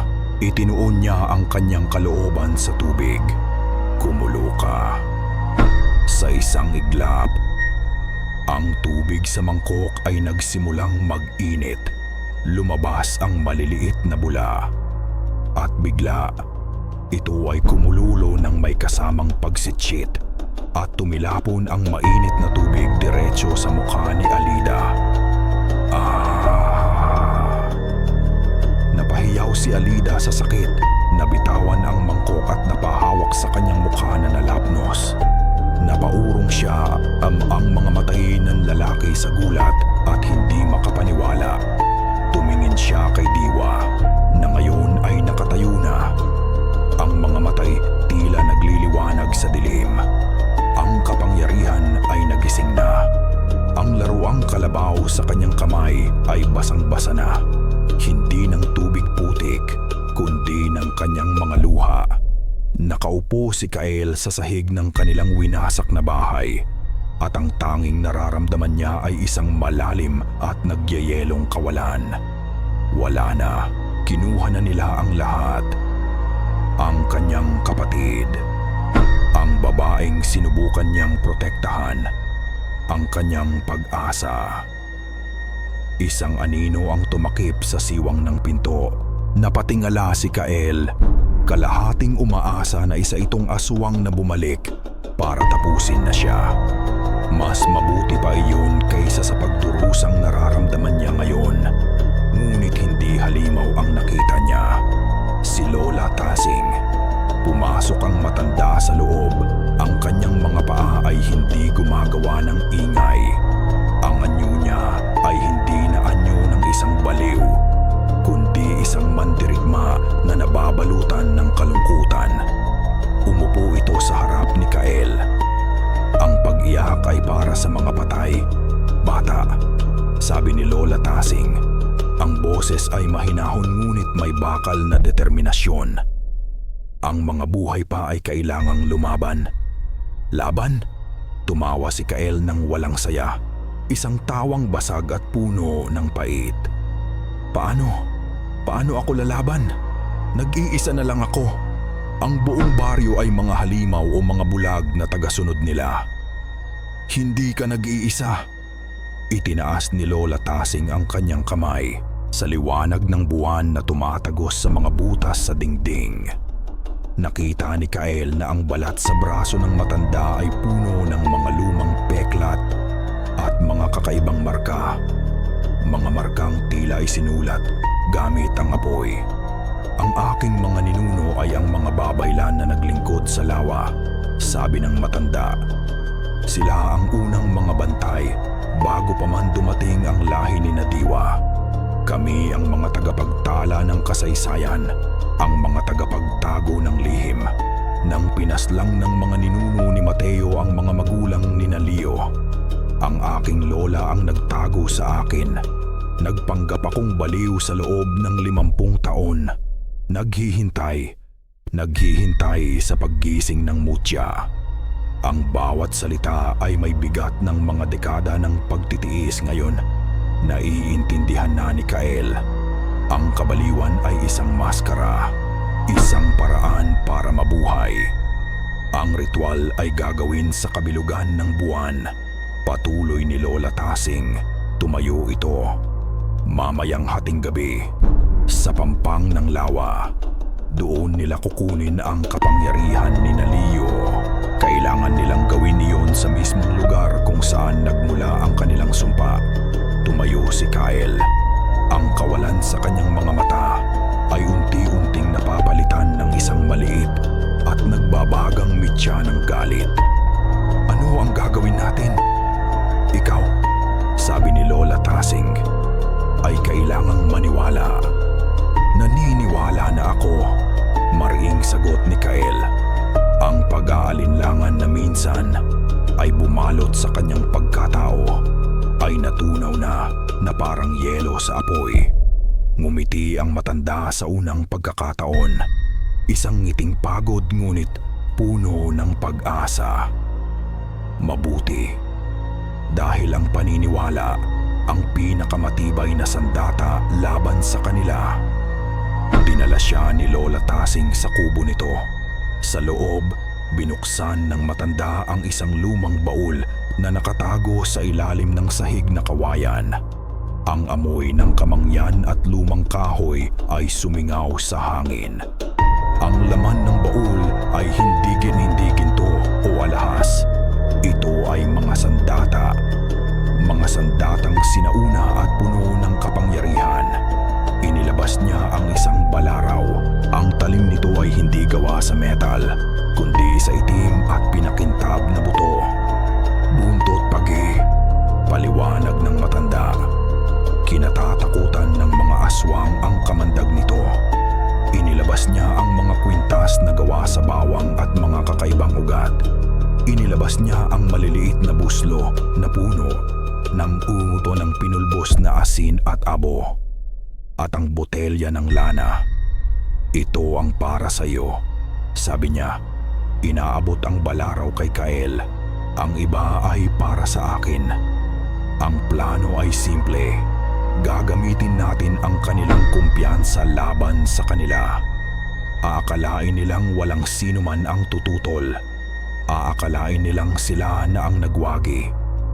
Sa di kalayuan, narinig nila ang tunog ng mga tambol. Mahina, ngunit papalakas. Isang ritmikong tunog na nagpapahiwatig ng isang seremonya. Nagsisimula na sila, sabi ni Lola Tasing. Tumingin si Kael sa labas. Mula sa kubo, tanaw nila ang prosesyon. Isang linya ng mga naglalakad na sulo na gumagapang sa kadiliman mula sa mansyon ni Don Mateo patungo sa direksyon ng lawa. Ang buong baryo ay naroon. Mga tupa na sumusunod sa kanilang berdugo patungo sa katayan. Ito na ang pinakamadilim na gabi ng kanyang buhay. Hawak niya ang isang butong balaraw. Katabi niya ang isang matandang babae na nagpanggap na baliw sa halos buong buhay nito. At ang kanilang kalaban ay isang hukbo ng mga halimaw at mga taong baryo na nilamon ng kasinungalingan. Tumingin si Kael kay Lola Tasing. Maaari tayong mamatay. Lahat ng tao ay namamatay, sagot ng matanda. Isinasakbit ang mga buslo sa kanyang baywang. Ang mahalaga ay kung para saan ka namatay. Tinahak nila ang isang lihim na daan sa gubat. Isang daan na tanging si Lola Tasing lang ang nakakaalam. Habang ang prosesyon ay nasa pangunahing daan, sila ay gumagalaw na parang mga anino sa gilid, papalapit ng papalapit sa pampang ng lawa. Nakarating sila sa isang maliit na burol na natatanaw ang pampang. Mula roon, nasaksihan nila ang buong eksena. Nakatali sina Leo at Diwa sa dalawang haliging kahoy na itinayo malapit sa tubig. Ang mga taga-baryo ay bumuo ng isang malaking bilog. Hawak ang kanilang mga sulo. At sa gitna, tumayo si Don Mateo. Dahan-dahan, itinaas niya ang kanyang mga kamay. Sasaba sa harap ng lahat ng tao, nagsimula siyang magbago. Ang kanyang puting damit ay napunit. Ang kanyang balat ay nagbalat at bumagsak. Inilalantad ang kulay abong kutis sa ilalim. Ang kanyang mga buto ay tumunog at bumanat. Ang kanyang mukha ay humaba at naging parang sa isang dambuhalang aso o paniki. Isang nilalang na galing sa impyerno. Ang mga tao, sa halip na matakot, ay lumuhod. Magkakasama. Umalingaw-ngaw ang boses ni Don Mateo, na ngayon ay isang nakakakilabot na dagundong. Ang gabi ng ating paglaya ay narito na. Itinuro niya ang dalawang bata. Ang mutya ay atin na. Ibinukan niya ang kanyang bibig, na ngayon ay puno na ng mga ngiping parang punyal. Ngayong gabi, ang lawa ay magkakaroon bagong Panginoon. Sa ibabaw ng burol, naramdaman ni Kael na nanuyo ang kanyang lalamunan. Isa ang makita ang pagbabago sa siwang ng bodega. Iba ang masaksihan ito ng harapan, sa ilalim ng bilog na buwan, kasama ang pagsamba ng buong baryo. Ang eksena sa ibaba ay hindi lang isang ritual. Isa itong koronasyon ng kasamaan. Ngayon na, bulong ni Lola Tasing, ang kanyang mga mata ay nag-aapoy sa matagal ng kinikimkim na galit. Habang abala sila sa kanilang pagdiriwang, Kael, ang mga bata, ako na ang bahala sa gulo. Bago pa man makasagot si Kael, kumilos na ang matanda. Sa isang galaw na hindi mo aakalain sa kanyang edad, bumunot siya ng 3 maliliit at bilog na bagay mula sa kanyang bayong. Mga granada na gawa sa pinatuyong luwad, sa isang malakas na sigaw na pinaghalong dasal at sumpa. Inihagis ni Lola Tasing ang 3 granada sa gitna ng mga nagkumpulang taga-baryo. Poof! Poof! Poof! Sumabog ang mga ito hindi sa apoy, kundi sa makapal at maputing usok.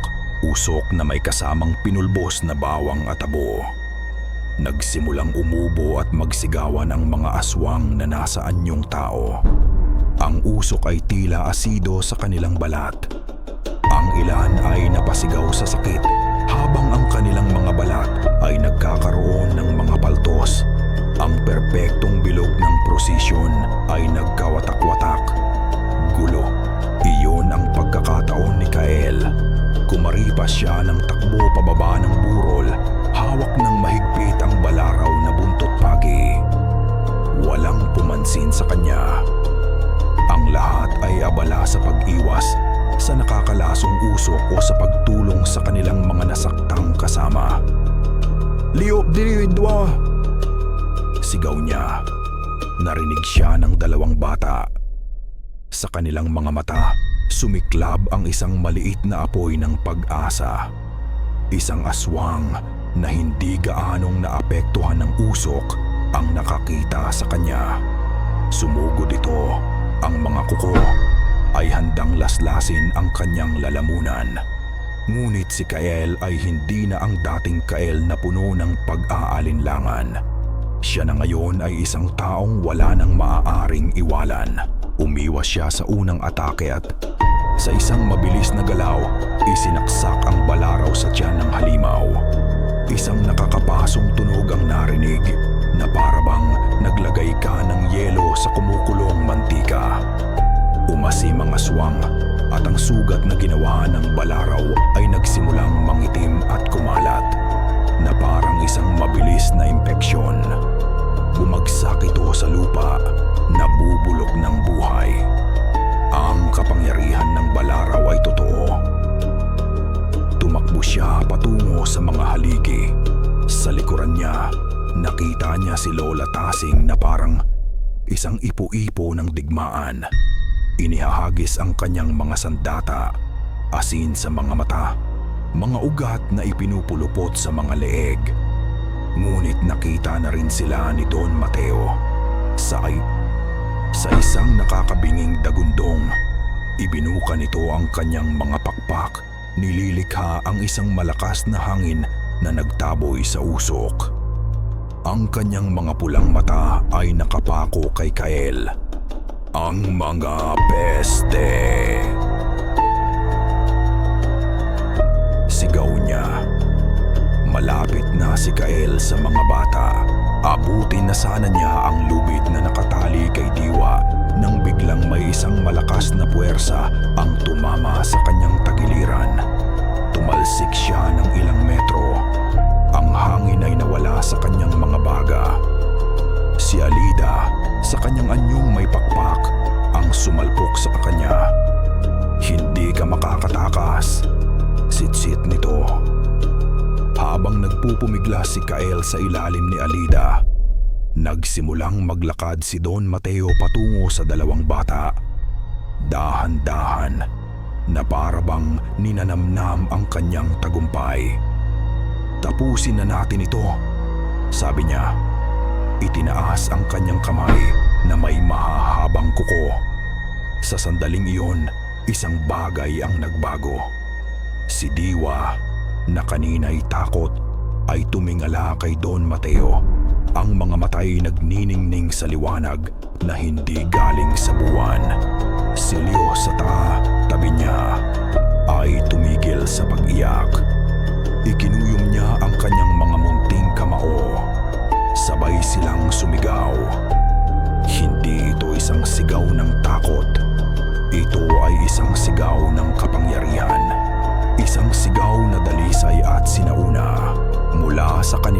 Dalawa, isang alon ng enerhiya ang kumalat.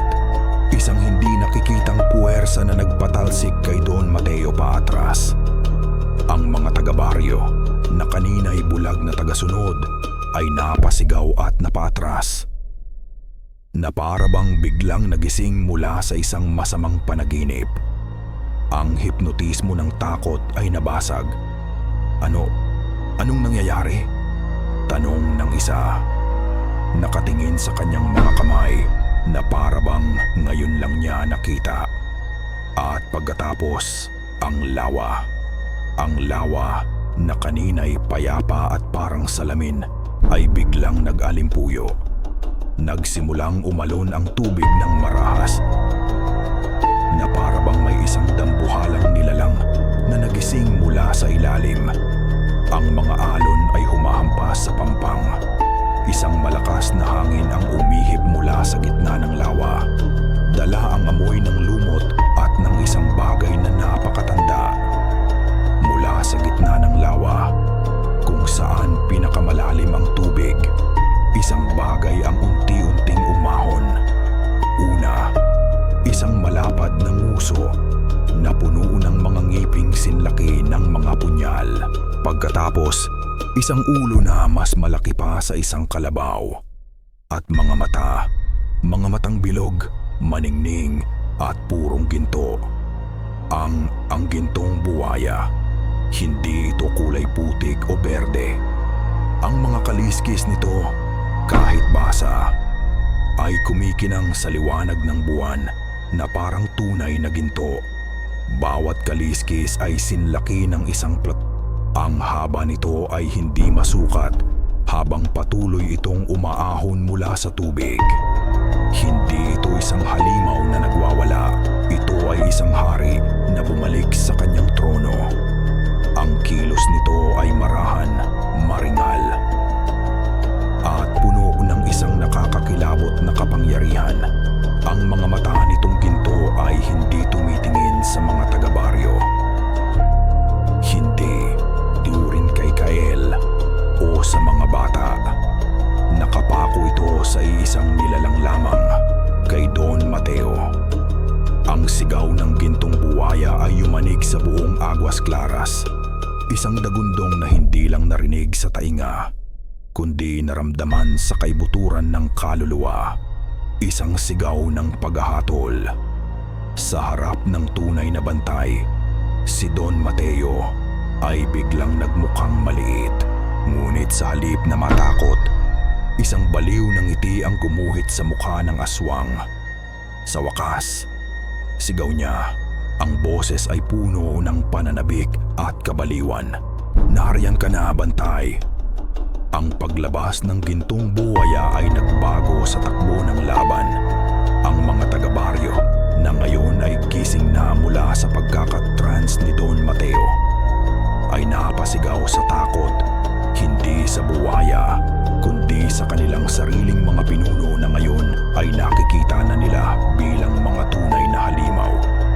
Ang ilan ay tumakbo palayo, habang ang iba naman, sa sobrang gulat at pagsisisi, ay nanatiling nakatayo, hindi alam ang gagawin. Labanan ninyo sila, sigaw ni Lola Tasing. Itinuturo ang mga natitirang aswang na alagad ni Don Mateo. Ipagtanggol ninyo ang inyong baryo mula sa mga tunay na salot. Ang mga salita ng matanda, kasama ang nakakakilabot na presensya ng gintong buwaya, ay nagsilbing mitya. Ang mga magsasakang kanina lang ay mga tupa ay muling naging mga leon. Gamit ang kanilang mga itak at gulok, sinugod nila ang mga aswang na nagulat sa biglaang pagbabago. Ang pampang ng lawa ay naging isang larangan ng digmaan sa pagitan ng tao at halimaw. Nagamit ni Kael ang pagkakataon. Habang nakikipagbuno si Alida sa ilang taga-baryo, mabilis niyang pinutol ang mga lubid na nakatali kina Leo at Diwa gamit ang balaraw. "Kuya!" Umiyak si Leo, yumakap sa kanya. "Manatili kayo sa likod ko," sabi ni Kael, humaharap sa kaguluhan. "Hindi," sabi ni Diwa. Ang boses ay matatag. Tumayo siya sa tabi ni Kael, hindi sa likod. Hinawakan niya ang kamay ni Leo. Hindi na kami magtatago. Tumingin si Diwa sa lawa. Itinaas niya ang kanyang kamay. Si Leo, na para bang alam na ang gagawin, ay ginaya siya. Tulungan natin siya, bulong ni Diwa. Sa gitna ng lawa, nagsimula na ang pagtutuos ng dalawang higante. Lumangoy si Don Mateo, na ang bilis sa tubig ay tila sa isang buwaya rin, patungo sa gintong buwaya. Bawat hampas ng kanyang mga kuko ay nag-iiwan ng malalaking gasgas sa ginintuang kaliskis.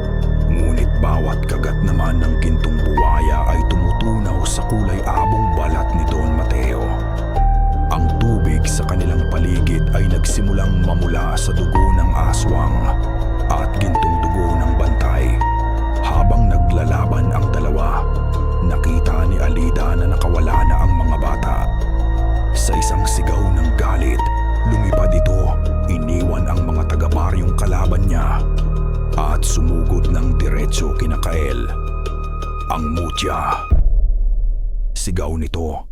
Ang mga kuko ay nakaamba. Ngunit bago pa ito makalapit, kumilos si Diwa. Ibinaba niya ang kanyang kamay, nakaturo sa tubig sa pampang. Ang tubig ay sumunod sa kanyang kalooban. Na parang mga ahas, 6 na latigo na gawa sa tubig ang humampas paitaas mula sa lawa. Hinuli ng mga ito ang mga pakpak, braso, at binti ni Alida sa ere.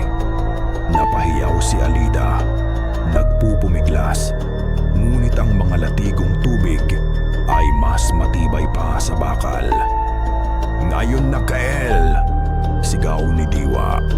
Hindi na nag-aksaya ng oras si Kael.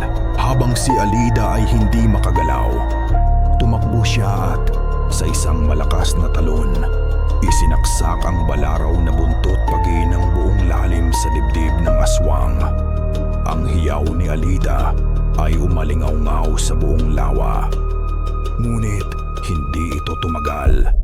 Ang lason ng buntot pagi ay mabilis na kumalat.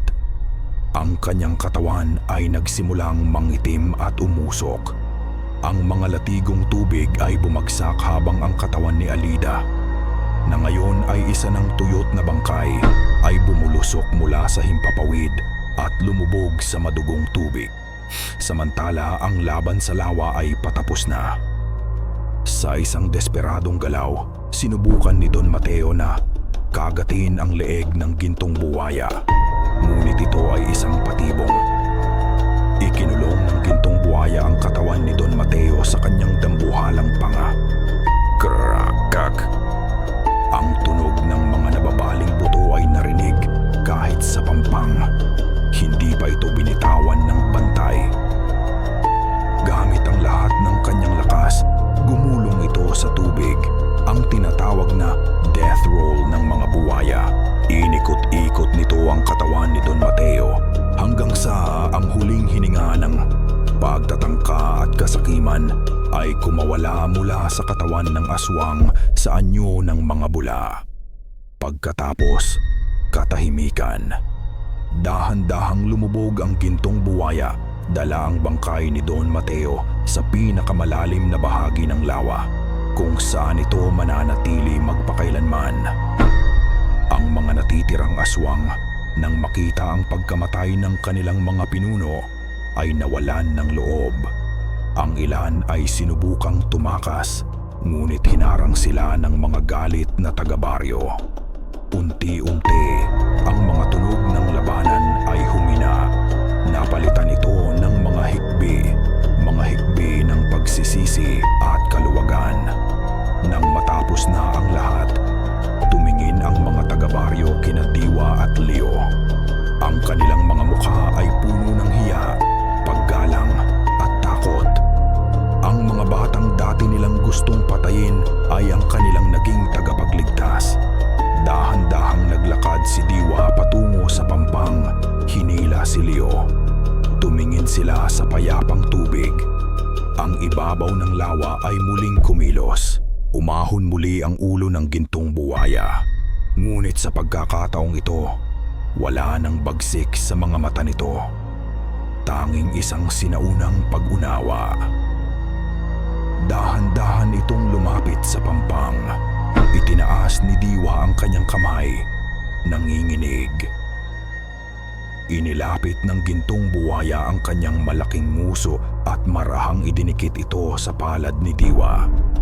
Isang pagkilala, isang pagtanggap, ang tunay na bantay, at ang mutya ay muling nagkasama. Ilang linggo na ang lumipas mula sa gabing iyon ng dugo at tubig. Ang kapayapaan ay bumalik sa Baryo Aguas Claras. Ngunit hindi ito ang dating kapayapaan na nakabatay sa takot at pamahiin. Ito ay isang bagong katahimikan, isang katahimikang may kasamang paggalang. Walang nang nangahas na lumapit sa lawa ng gintong buwaya para mangisda o maligo. Ngunit hindi na rin ito isang lugar na kinatatakutan. Ito ay naging isang sagradong dambana tuwing dapit hapon. May mga nag-iiwan ng mga alay sa pampang, mga prutas, mga bulaklak, mga puting manok. Isang pasasalamat sa bantay na nagligtas sa kanila mula sa kanilang sariling kamangmangan. Ang mga aswang na nabuhay ay pinalayas. Ang mga pamilyang nasaktan ay nagsimulang maghiyom. Ang baryo ay unti-unting bumabangon mula sa mga abo ng kasinungalingan. Si Lola Tasing, hindi na nagpapanggap na baliw, ay naging bagong pinuno at tagapayo ng baryo. Ang kanyang kubo ay naging isang lugar ng karunungan kung saan ang mga tao ay humihingi ng payo tungkol sa pagtatanim, panggagamot at sa mga kuwento ng nakaraan. Si Diwa at Liu ay nanirahan sa isang bagong bahay na ipinatayo para sa kanila ng buong baryo, malapit sa pampang.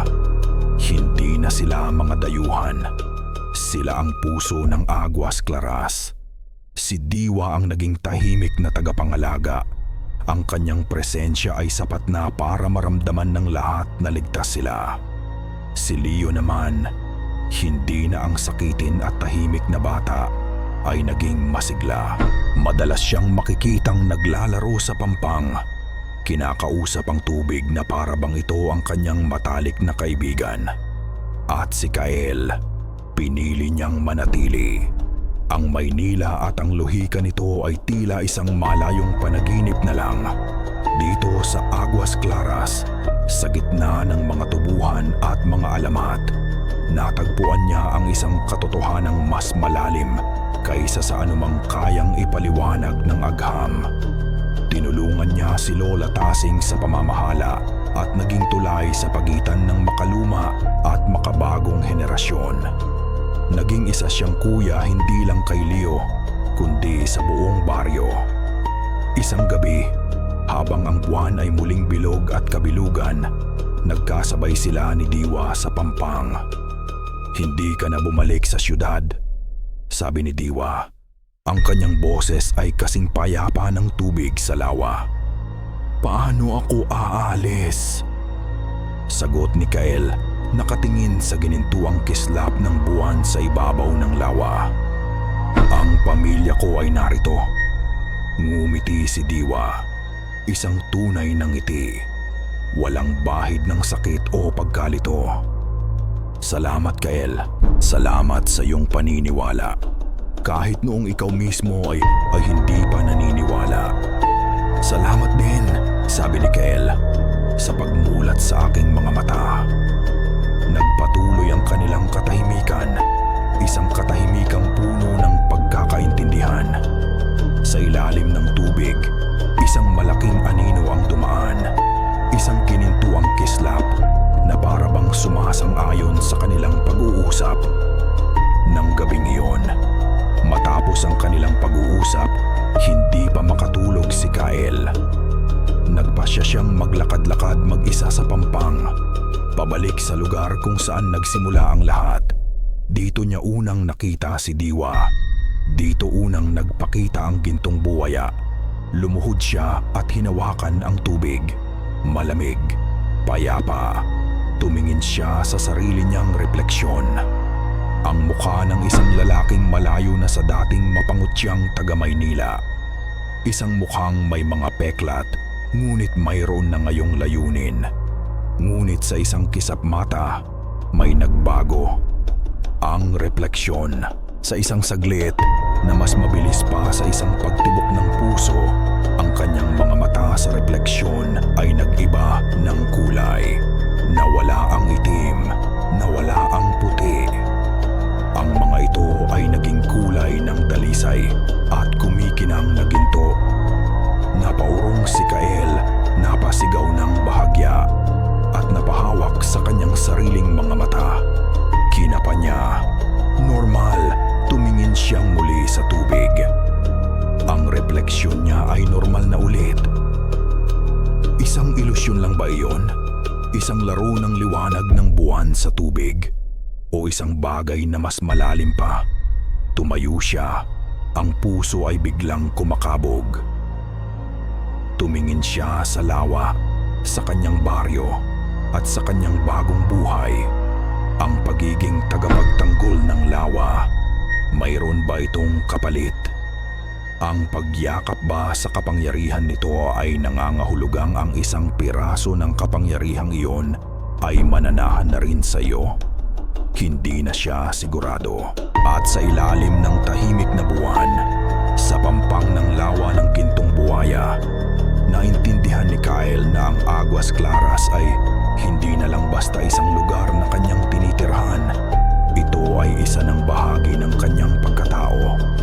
Magpakailanman. At dito nagtatapos ang kwento ni Kael, ni Leopay at ni Diwa, at ang misteryo ng lawa ng gintong buwaya. Sa inyong lahat na sumama at nakinig sa aming paglalakbay, mula sa unang kabanata hanggang sa wakas, mula sa kaibuturan ng aking puso, maraming salamat. Ang pagsulat sa kwentong ito ay isang paglalakbay na rin para sa akin.